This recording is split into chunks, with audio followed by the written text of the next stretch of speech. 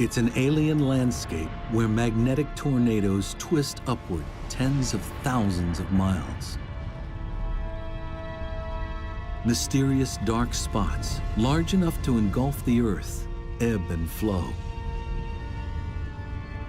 And violent eruptions shoot tons of charged particles into space at speeds of over 2 million miles per hour.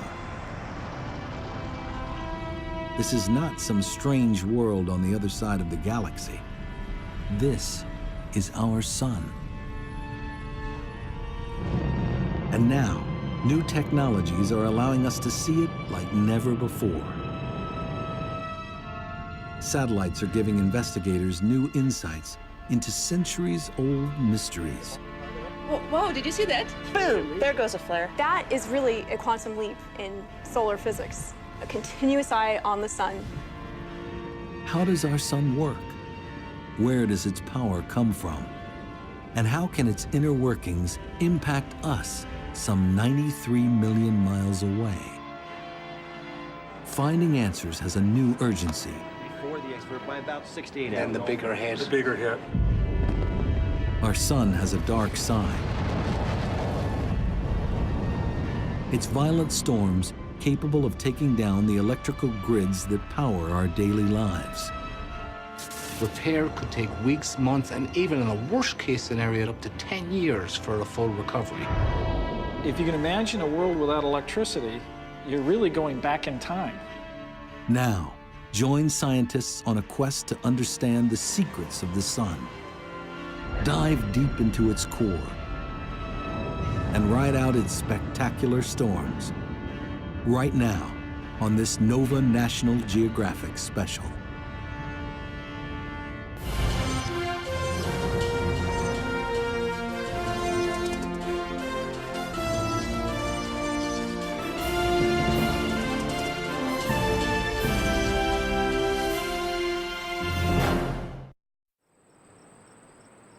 Dawn, February 15th, 2011, Boulder, Colorado.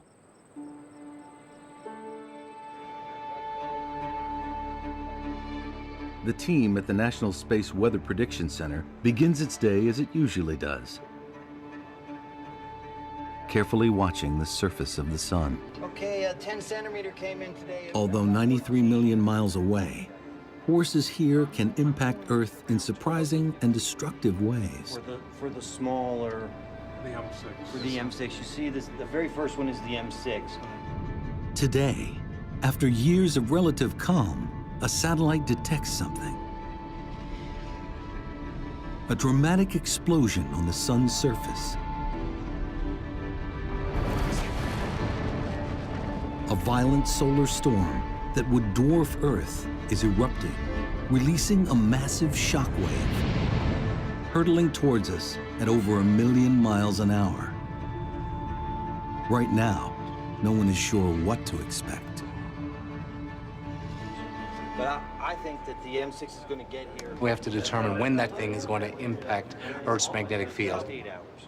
It's going to be sometime tomorrow, perhaps later in the morning, later at night. That's exactly what we're trying to determine. In fact, I have to join the discussions right now, so I'll get back with you. The team models the approaching storm. So 15Z for the arrival of the CME. This is it here. Right okay. there. Their simulation shows it racing out from the sun on the left towards the small dot on the right, Earth.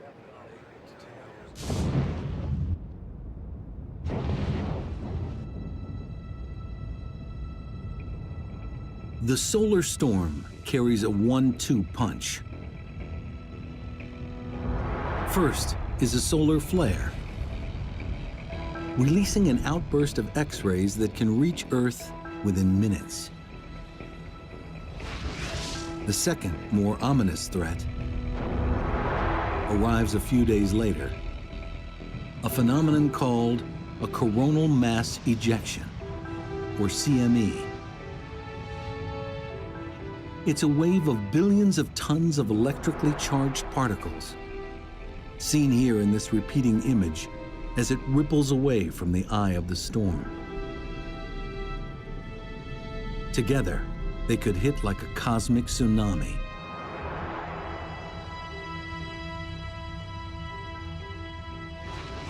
Delivering a surge of radiation and an electrical spike of trillions of watts, potentially crashing the power grid. Sound far-fetched? In March 1989, in Quebec, Canada, that's exactly what happens. One by one, power stations crash, disabled by the overwhelming power surge caused by a CME wave. In less than 2 minutes, 6 million people are left without power.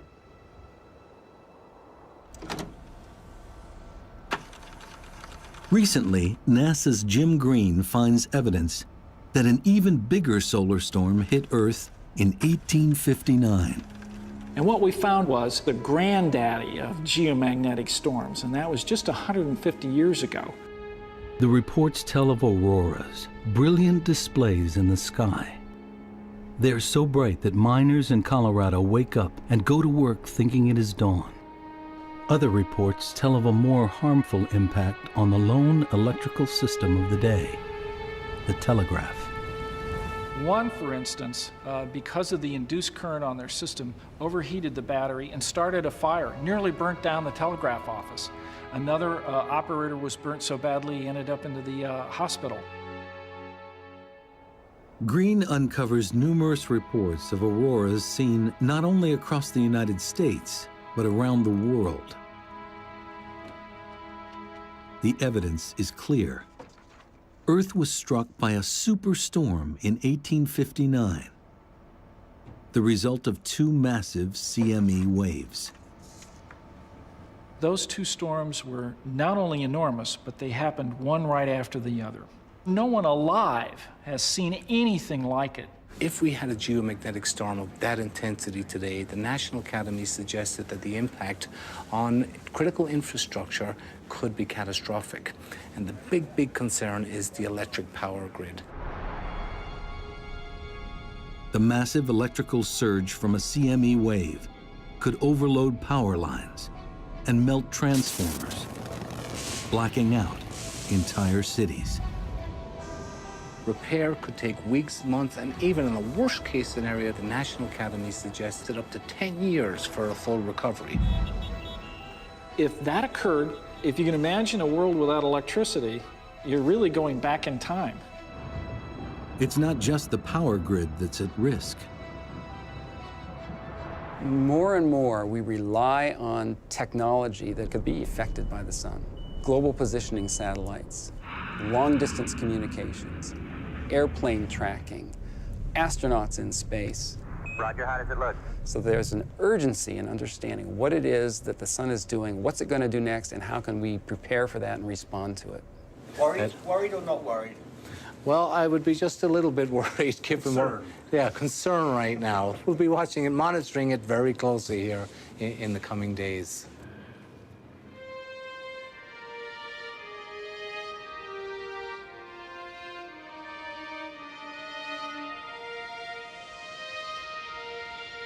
We've gazed at the sun since antiquity.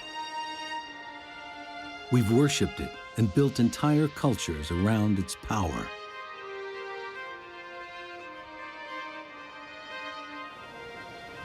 We marvel when it's eclipsed during the day. And when its power lights up the night sky with dancing curtains of light, the aurora.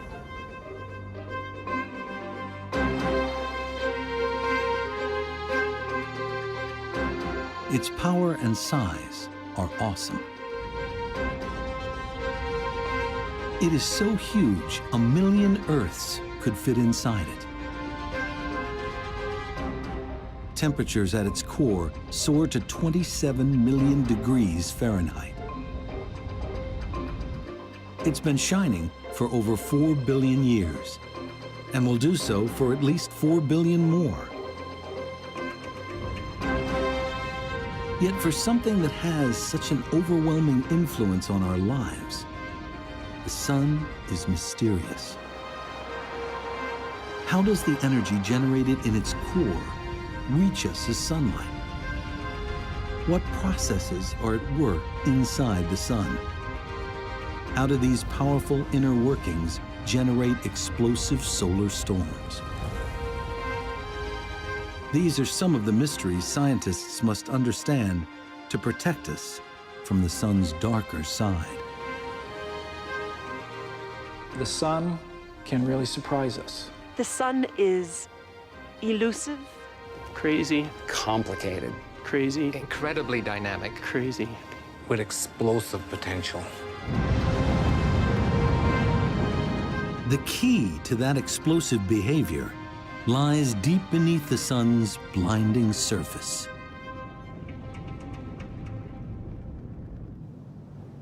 Until recently, seeing inside the sun was impossible. Understanding its internal processes, a pipe dream. But an accidental discovery changes everything. Until the 1960s, much of solar physics relied on things that were like solar dermatology. It was things that were right at the surface or just skin deep. But as physicists study the sun in more detail, they make a surprising discovery. The surface seems to be vibrating, like ripples on a pond. Initially, they think the vibrations are the result of defective instruments. They couldn't get rid of them. They built better instruments, the ripples were still there. They looked at it for 10 years, and they conferences, they all talked about it, and they harumphed. But what it turned out to be was just sound waves. It is an astonishing revelation. No one expects that the sun can generate sound waves. It leads scientists to see the sun in a completely new way. Our sun vibrates like a giant pipe organ. But instead of air producing the notes, churning gases deep inside send sound waves rippling through its interior. Because a sound wave changes as it moves through different material, we can look at the different frequencies and determine what's happening inside the sun. Geologists are familiar with this. By studying sound waves passing through the Earth's crust, they can see the layers below our feet. A technique called seismology. Similarly, sound waves moving through the sun's interior reveal how it's made up. I can use this organ to illustrate how sound waves work inside the sun. For example, if I hit this low note, it comes from one of these big pipes, big deep sound. And on the sun, that corresponds to a wave that goes very deep into the sun and brings back the information from deep down in the sun. If I turn to a high note, it comes from a much shorter pipe, and on the sun, that's telling us information about very close to the surface of the sun, not very deep at all into the sun.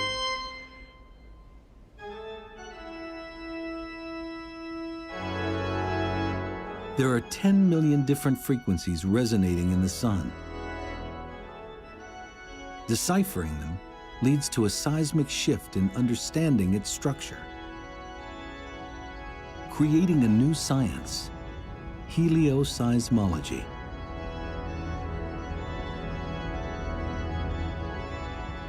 Once the helioseismology came along, we could not only see what the surface was, but we could actually tell what the physical processes were underneath. So by looking inside, we can actually see what the sun is doing. It is a powerful tool to see beneath the sun's surface.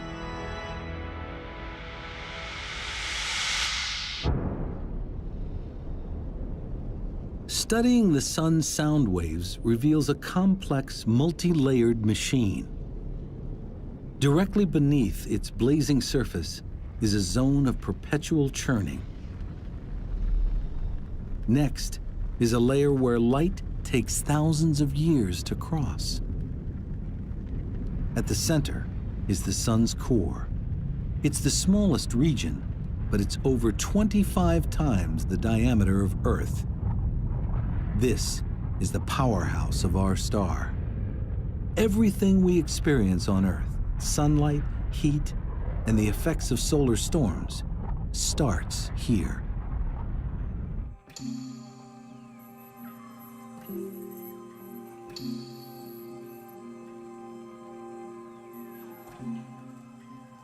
So what's it like here?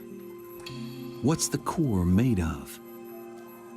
Well, the sun's a crazy place, right? It's far too hot to be a solid. We know that. Right? Heat it up, it's far too hot to be a liquid. And so you think, well, it's a gas, right? Well, not really. It is this gaseous soup of charged particles that we call plasma. You're more familiar with this soup than you might think.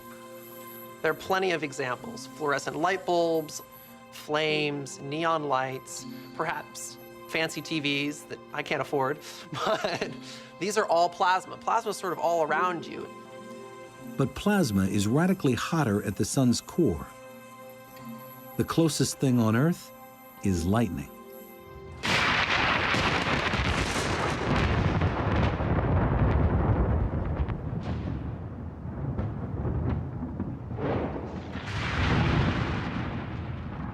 During thunderstorms, electric charges build up, creating lightning bolts that reach tens of thousands of degrees.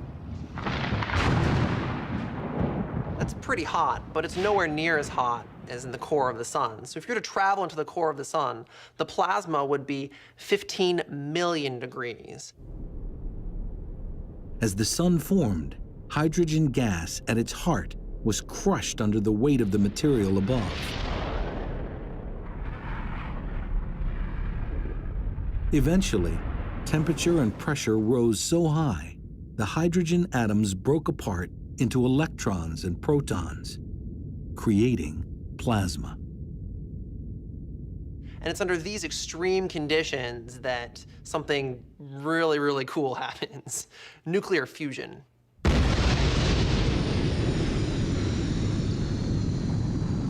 It's the same atomic process inside the hydrogen bomb. Under tremendous pressure, protons in the plasma fuse together, releasing photons, minuscule packets of heat and light. An unimaginable number of photons are made every second, generating the sun's incredible power, some of which reaches us as sunlight.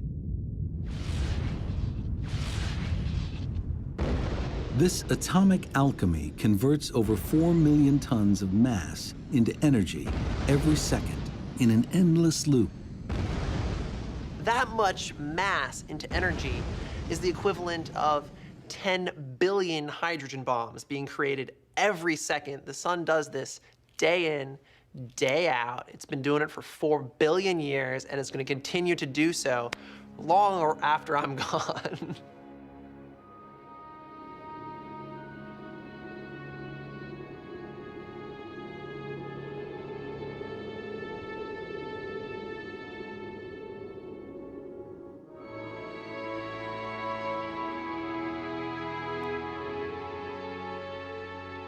The energy of billions of bombs is released in the core every second. This begs a simple question. So you could ask, well, why doesn't the sun blow itself apart? It's because there's this beautiful balancing act that occurs. In the core of the sun, you've got this pressure from all of this fusion pushing outwards. And the sun is huge, so you have all this gravitational pressure pushing downwards. And so you've got gravity pushing down, and the sun trying to blow itself apart from the inside, and it is this beautiful balancing act between the two that keeps the sun in one piece.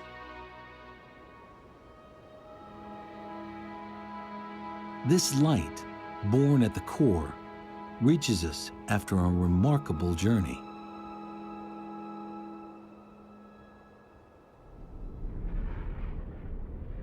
Away from the core, pressure and temperatures drop, and nuclear fusion stops. Now, each photon begins a tedious journey through the sun's thickest layer of plasma, a region called the radiative zone. Although squeezed less than at the sun's center, the plasma is still very dense, and photons struggle to move through it. Each packet of energy is continuously absorbed, then spit out by the plasma particles.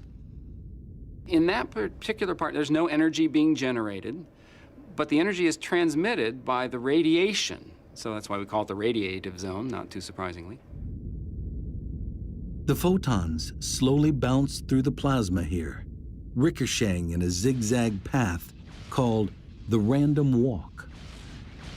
So imagine that you're in a crowded room and you're trying to make your way through, and you greet other people. And each person you greet, you have to say hello to, and then you move off in another direction. So it takes you a long time to get from one place in the room to another because you're just kind of meandering your way around the room. So the same way the photons in the inside of the sun, they don't have a preferred direction. All they want to do is they want to be moving, and they want to be greeting other particles. Though moving at the speed of light, 186,000 miles a second, it takes photons over 100,000 years to cross the zone. Eventually, the photons reach a boundary where pressures drop again. The plasma thins, and moving through it gets easier. The photons still pack a lot of energy. Now, they leak out into the convection zone, heating it from below. The thinner plasma in this zone makes the photons move in a different way. So instead of bouncing, all of a sudden there's an ordered motion. So it's as if all of a sudden someone said, lunch, and all the particles decided, oh, we all have to go this direction. And you still have to wait in line to get out, so it takes a month to get from the bottom of the convection zone to the surface, but it's a relatively short period. During this short period, heat from the photons sends plasma here into perpetual motion, a maelstrom of churning 125,000 miles thick. Think of it like a massive lava lamp.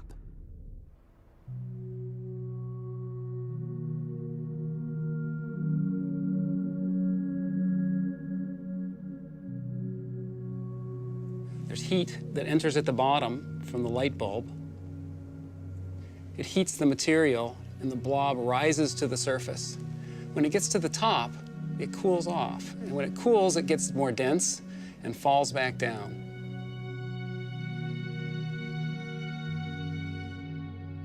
This is a good analogy for what's happening inside the sun. We have the core of the sun heating the material at the bottom of the convection zone. The material expands, and it carries the energy upward until it gets to the surface.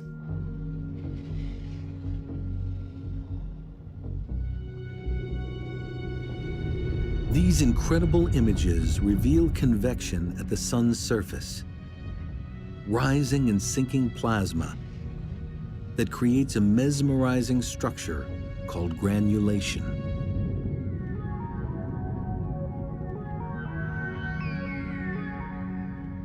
The granulation cells are about the size of the state of Texas. They only last for about 12 minutes, so there's an incredible amount of energy. It's a very dynamic, very chaotic place. And all of the activity is going on the surface of the sun where we can see it. Photons produced at the core finally reach the surface. They emerge as a weakened form of solar energy. This weakened energy reaches Earth in 8 minutes. We know it as sunlight. So 100,000 years, about a month, and then 8 minutes. Once you get to the surface of the sun, it just takes 8 minutes to get to where you can see it.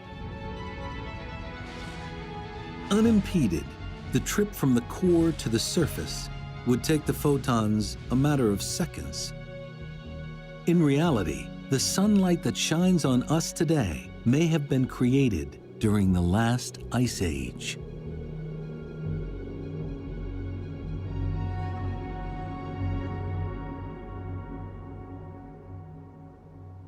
Energy reaching the sun's surface doesn't just result in sunlight. It can also trigger solar storms. Understanding the sun's destructive power requires 24-hour precision surveillance, something that, until recently, was impossible to achieve. 5, 4, go for main engine start. 3, 2, 1, 0. And ignition and liftoff of the Atlas V with the Solar Dynamics Observatory. February 2010. NASA launches its most sophisticated solar satellite yet.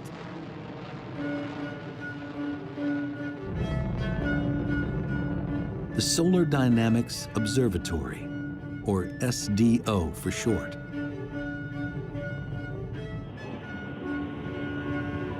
Coming up on Mach 1. SDO is the first satellite to deliver almost continuous, super high resolution coverage of our nearest star, giving researchers unprecedented access to the sun and its secrets. The first day was very exciting. We knew we were gonna open our doors to actually let the sunlight into the instrument for the first time. We started looking at the first pictures, and it was almost in focus. And as soon as we focused it, it was just beautiful. The new images reveal the sun like never before. An alien landscape where strange structures ebb and flow. Giant tornadoes, hundreds of thousands of miles high, that could easily engulf the Earth. And superheated bubbles of plasma the size of Alaska. When I look at the pictures, I think they're really beautiful. I'm struck by the dynamics of it. Things are changing all the time, no matter where you look. And I'm also pretty daunted by the complexity of it all. That's not surprising. Previous satellites only revealed a portion of the sun in high resolution. Now, they see it in mind-boggling detail. Now, in order to look at the Solar Dynamics Observatory images that we're bringing in every day, we've built this very special wall, which is 9 high-definition television screens together that can display these images, so that the instrument and the display system together are an entirely new way of looking at the sun. We can see all the details of what is going on, and that is really a quantum leap in solar physics. Being able to see all of that all the time, a continuous eye on the sun.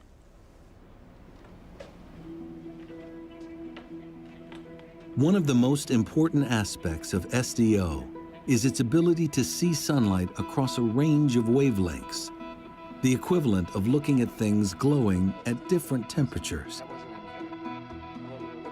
Our eyes are most sensitive to sunlight glowing at around 10,000 degrees Fahrenheit. At this temperature, the sun's surface looks almost featureless. But at hotter wavelengths, normally invisible, a far more dynamic picture emerges. The February 15th, 2011 storm is a perfect example. In this repeating image, at around 90,000 degrees Fahrenheit, SDO captures just a ghostly trace of the CME wave. But at just over 1,000,000 degrees, the superhot plasma rippling away from the eye of the storm is much clearer. This allows researchers to see coronal mass ejection waves evolving across the entire sun.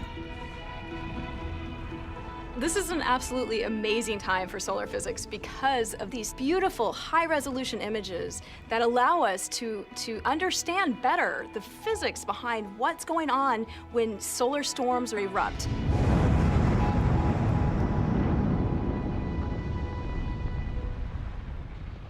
Was that one last photo? Look at this one. Back at the National Space Weather Prediction Center, That's the M1 here. Bill Murtaugh tracks the storm's CME wave.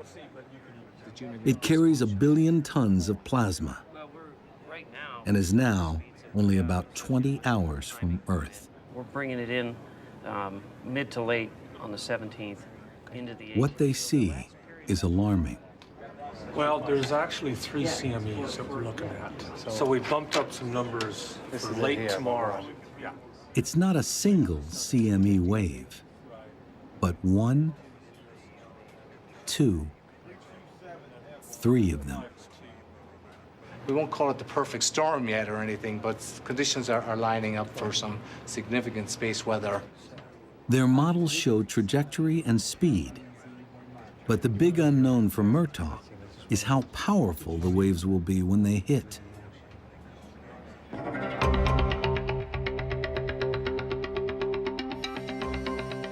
The answer lies in a force that governs the sun: magnetism. We're all familiar with magnets.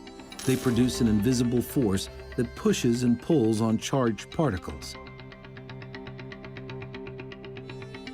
In fact, Earth has a magnetic field that protects us against threats from the sun.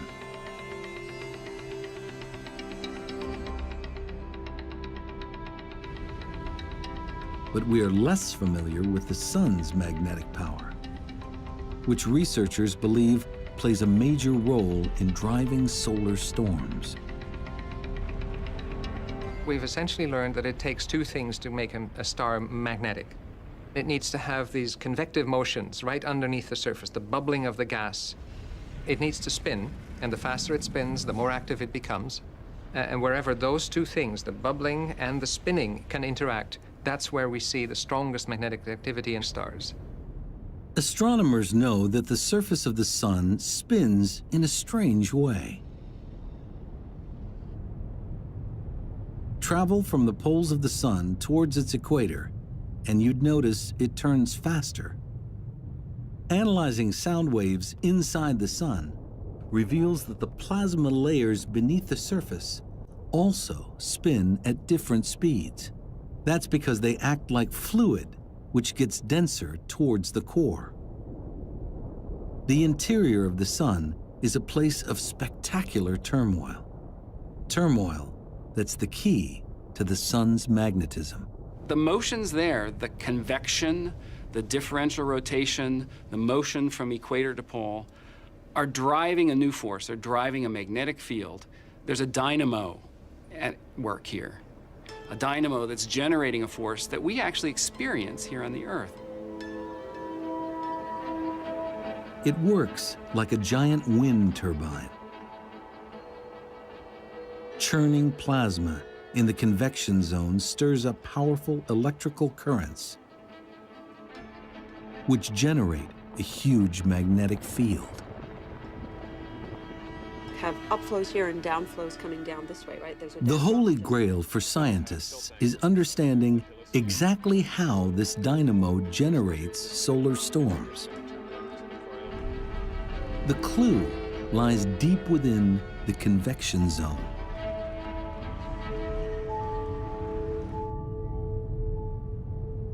Magnetic field lines normally run from pole to pole. But with all the turmoil in the convection zone, that pattern can't last. Rotating layers stretch them horizontally. Convection twists and braids them. Under immense strain, they begin to kink upwards towards the surface. Imagine this spring is a magnetic field line. The magnetic field inside the sun is amplified, is strengthened by the rotating motions and the shearing motions and the churning motions inside the sun. It wants to expand upwards, and it does, until it pokes out through the surface of the sun. Tracking invisible field lines is normally impossible. But plasma plays a critical role. Even though the magnetic field lines themselves are invisible, the plasma, which is heated and hot, can light up along these paths. In maybe the same way, you could think of a highway, and at night you wouldn't see the highway at all, but with the cars with their headlights on, you'd see the path of the highway. Watching field lines is critical to understanding solar storms.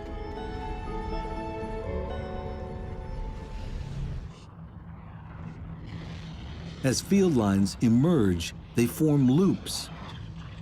One end has a positive pole and the other a negative pole.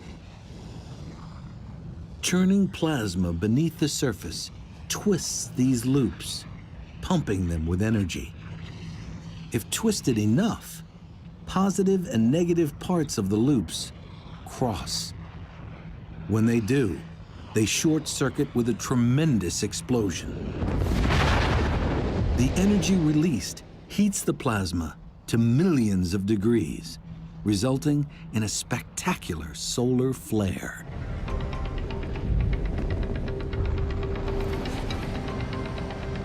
It's the final dramatic stage of a very long journey.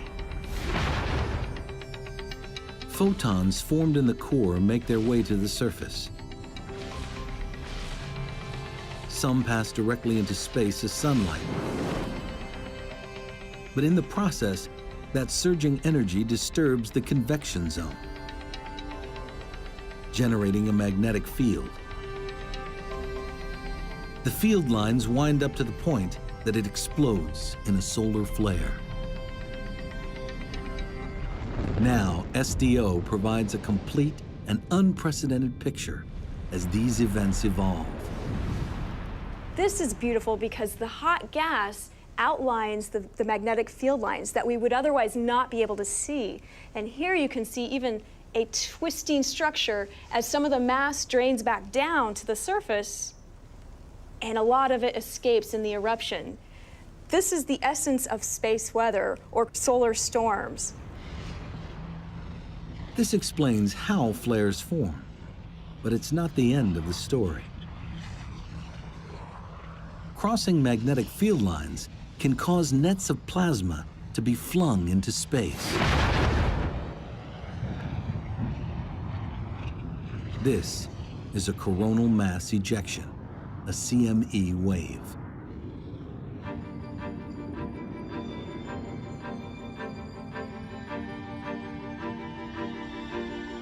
The portrait of how solar flares and CME waves form is coming into focus.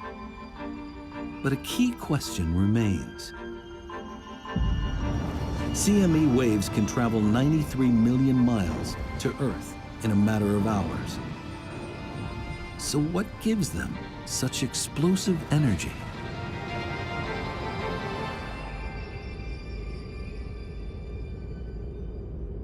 Part of the answer is hidden here in the sun's atmosphere, the corona.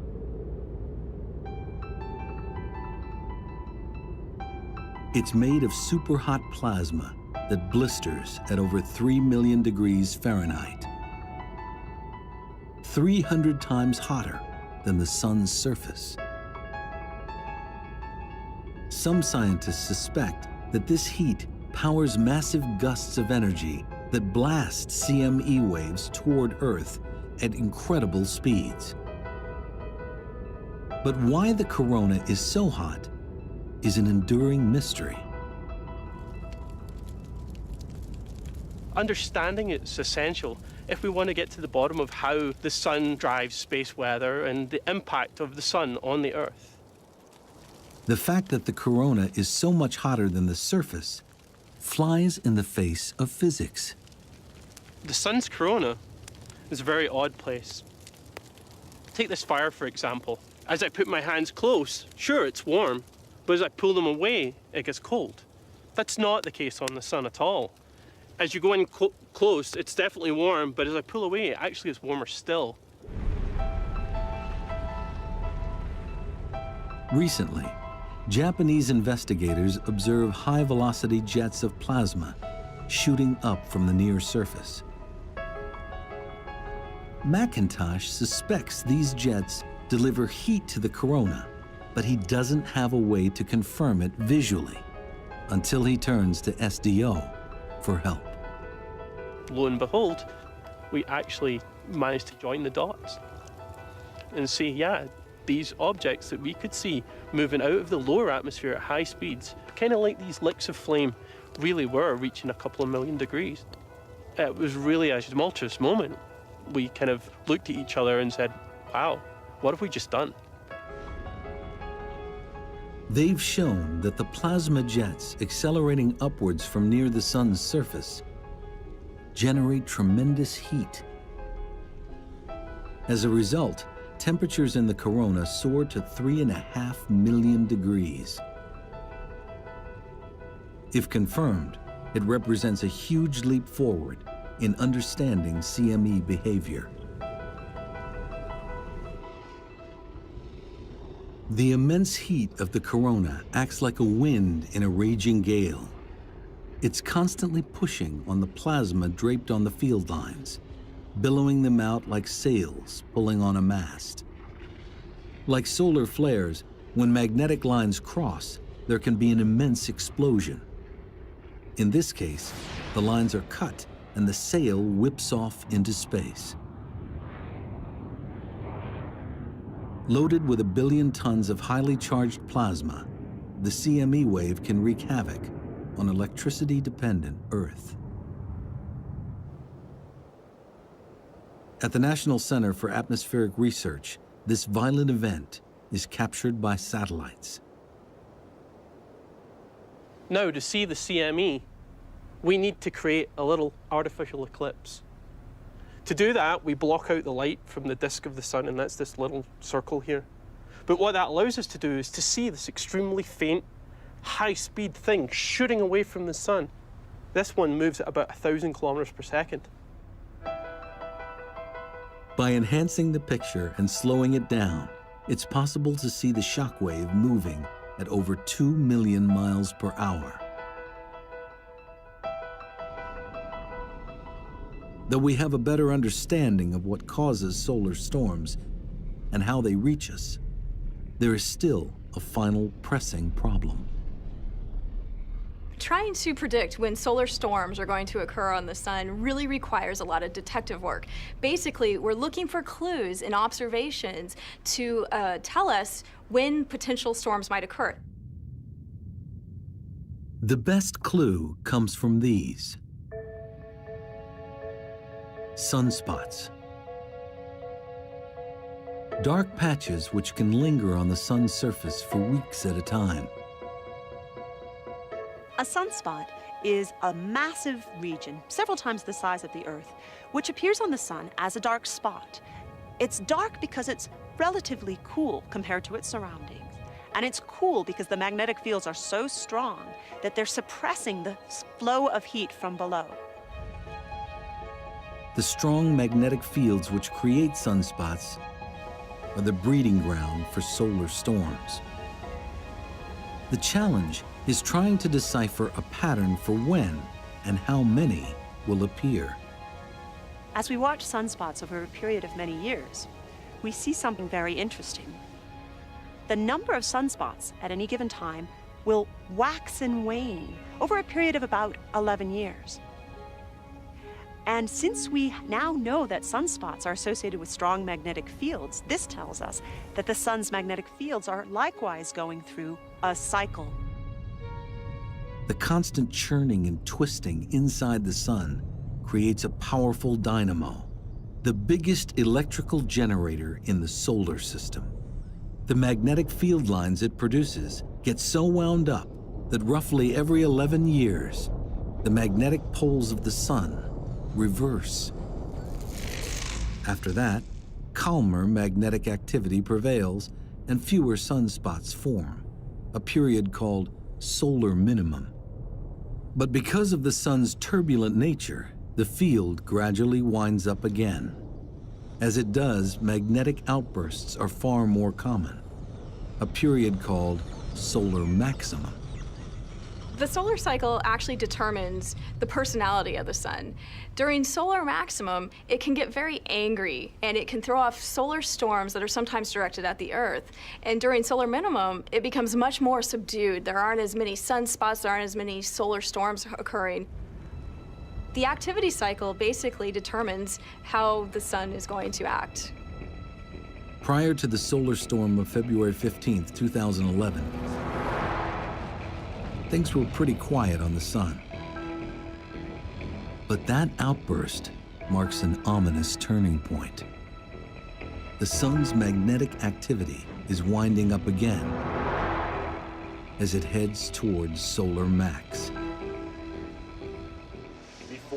Just a few days ago, Bill Murtaugh and the team at the Space Weather Prediction Center witnessed the turn. Arrival of the X2 and the M6, if it comes in with any geoeffectiveness, between 12 and 1800. So that's what we're seeing. It's now time to let the world know what it might expect. Nothing higher than 212. In the next couple of minutes here, we're going to have to make a decision and make the prediction that this coronal mass ejection is going to arrive at whatever time tomorrow, and the geomagnetic storm will ensue, of course, once it arrives. With the event we had, Murtaugh knows that the severity of the storm depends mainly on two things: how strong the CME's magnetic field is, and at what angle it hits Earth's own magnetic field. CME waves approach Earth like a slowly rotating shield. One end is positively charged, the other negative. With magnetism, opposites attract, and like poles repel. If the wave's positive pole lines up with the Earth's positive pole, most of the power of the storm will be repulsed. But if opposite poles line up, the plasma the waves are carrying will hit with full force. did you say it came in at 115? 114. Murtaugh makes his final assessment only hours before impact. It could be larger, more complicated, typically, than just your single I think, coronal mass ejection. I think we so. nailed the forecast. Okay. I'd like to think so. According to the observations, the CME wave will be repelled. We don't expect it to be too strong. We'll see moderate storming levels, which is good enough to produce some aurora borealis down in the United States, down along the Canadian border, northern tier states, and it will cause some minor problems to the power grid and whatnot. Space weather for the next 24 hours is expected to be minor. Radio blackouts reaching the R1 level are expected. This time, we dodged a bullet. But disturbing evidence suggests the Earth will not always be so lucky.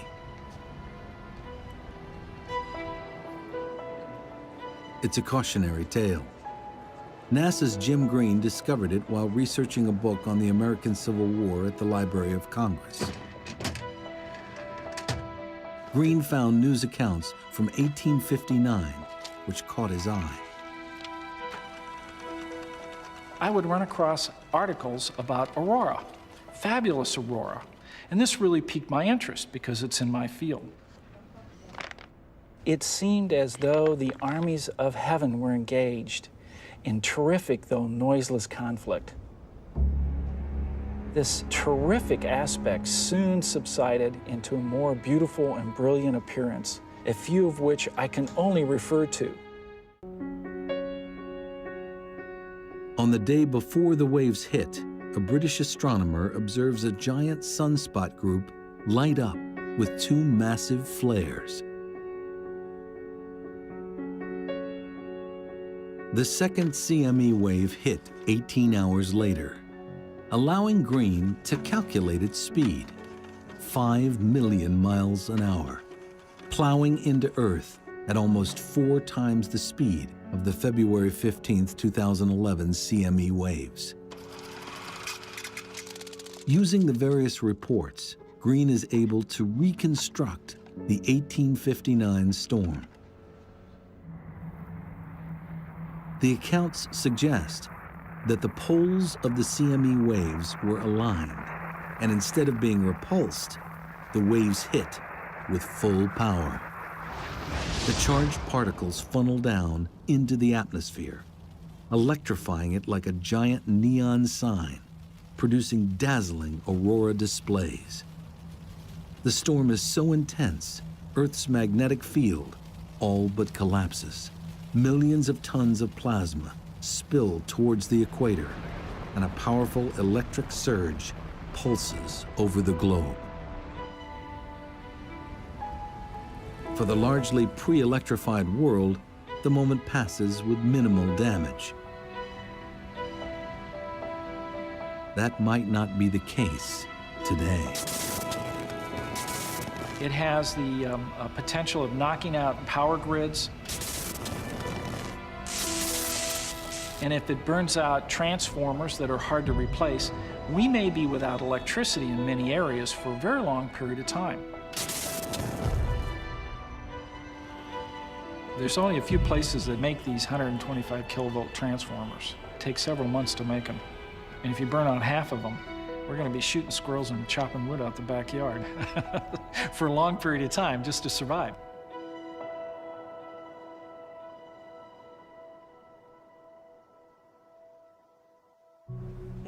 Everything grows, building up. but the 3D is really... Today's solar scientists believe it's not if, but when the next big one will strike. With the next solar maximum due in 2013, it begs an all-important question. Can we predict when the next solar storm will hit?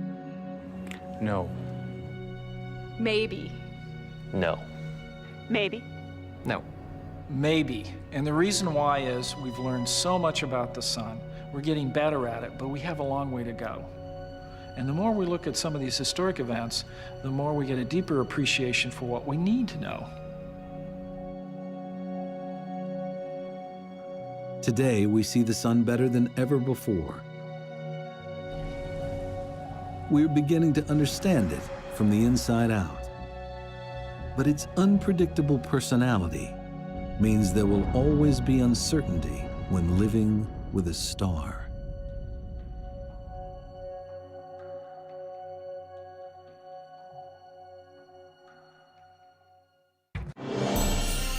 Hi, I'm Yul Kwan from the new PBS series, America Revealed. Come, dive deeper, and reach beyond with Nature, Nova, and America Revealed.